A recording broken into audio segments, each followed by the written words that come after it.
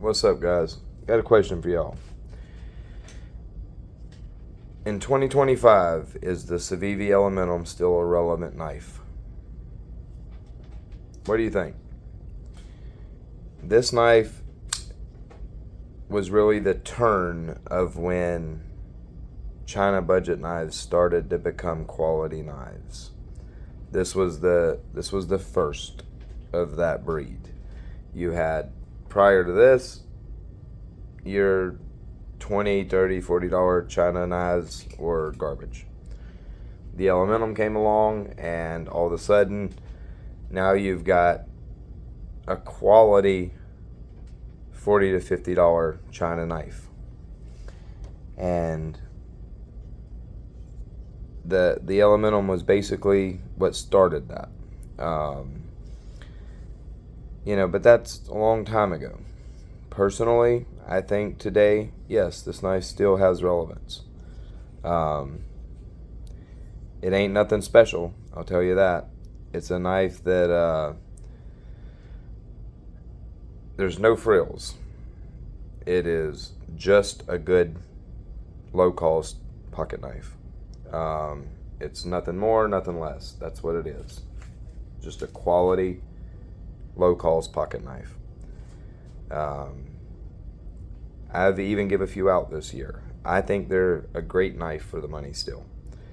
You get a knife that's very comfortable in hand and fits a wide amount of hand sizes comfortably. For somebody with big mitts like me, you still can get a good 4-finger grip on it. The knife's relatively comfortable. You can choke up. You can get pretty close to that edge. You have a nice thin hollow, so it stays fairly thin behind the edge for quite some time. Quite a few sharpenings. It's a great slicer. The D2 is done very well. The micarta is kind of but it is what it is. You can get them in different handle materials, but the important part is right here, and that's where this knife shines. The D2, Civivi does it well. From day one, they did well. Actually, no, I don't know about that. They've done it well for a while now. Their D2's been good for a while now. How it was when they first started, I couldn't tell you. Don't know. Didn't buy a Civivi knife up until a couple years ago. But any Civivi I've had in D2 has been done pretty good. Like I said, it's Kubi and D2 Kubi and Civivi doing the best D2. I have no problem buying either brand in D2. No problem at all. I know it's going to be done good, and I know I'm going to get solid performance out of it. Civivi's D2 is great. You get good edge retention. It's plenty tough. It takes a great edge. It gets wicked sharp. If I could see what I'm doing. Yeah, this is a very toothy edge, but it's very sharp. It's hard doing this behind this camera. Lots of bite. Anyways, this is not a push cutting edge. I believe this is I finished this on a DMT 325. So, it's rather coarse. Lots of bite. Good and sticky. Anyways, it may have been a Toma 400 that this is finished on. One of the two. Anyways, it's a nice coarse edge, but yet still quite sharp. You see it as cut through that paper. And that's a trait of D2. It sharpens up nicely. I know a lot of people complain about it. So it's hard to sharpen. That's not true. D2 sharpens up beautifully. And it sharpens on any abrasive, no problem. Diamond, alumina, it doesn't matter. If you do your part, you're going to get good edges. Ended D2 will hold on to it for a while. It'll stay aggressive. It'll hold its bite. The overall edge life out of it is pretty good because it strops back pretty decently. Personally, I don't have no problems with corrosion. I typically do a ferric chloride etch on it. Sometimes stone wash it, sometimes not. But even without doing a force patina on it, I've never had no corrosion problems with D2 ever. I do the ferric etches because I think it looks nice, and that's why I do them. It's not needed. I don't understand how some people have such huge problems with it, because even when I'm around like salt water, it's no issue. The only thing I can think is that it's more if you're in an acidic environment, that's what causes corrosion with D2. Because being around salt, as long as you wipe it off, take care of it, no issues whatsoever. Lots of people hate D2. They talk poorly about it.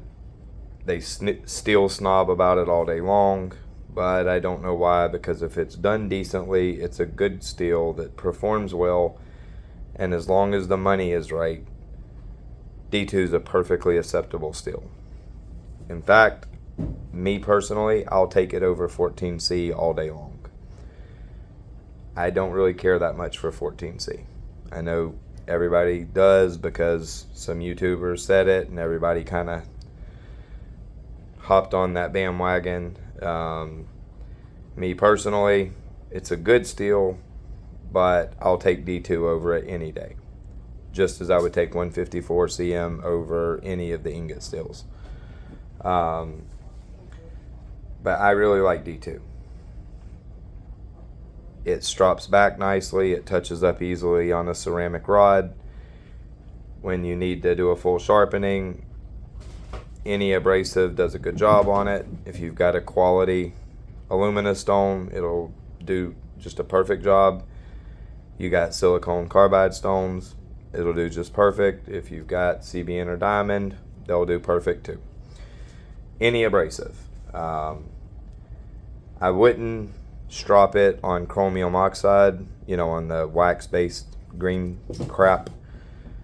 I wouldn't. That's the only abrasive that I wouldn't touch to it, just because it's crap, and it doesn't matter what the steel is. Stay away from chromium oxide. It breaks down too fast and it's pointless. You can get diamond emulsion for quite cheap that performs great. There's no point of using anything but that or CBN.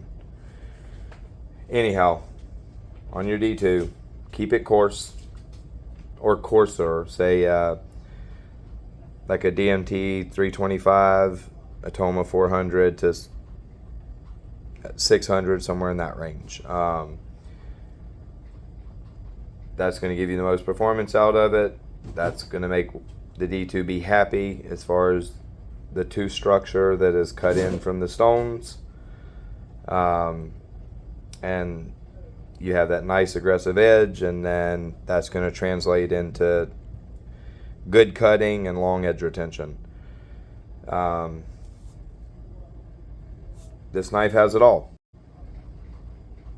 I'm sorry, my cat knocked over my tripod.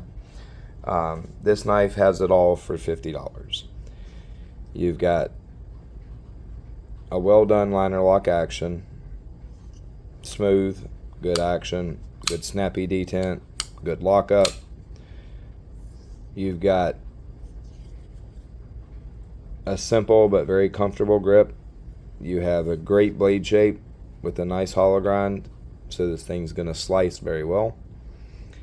And you have good, well done D2. For $50, what more can you really ask?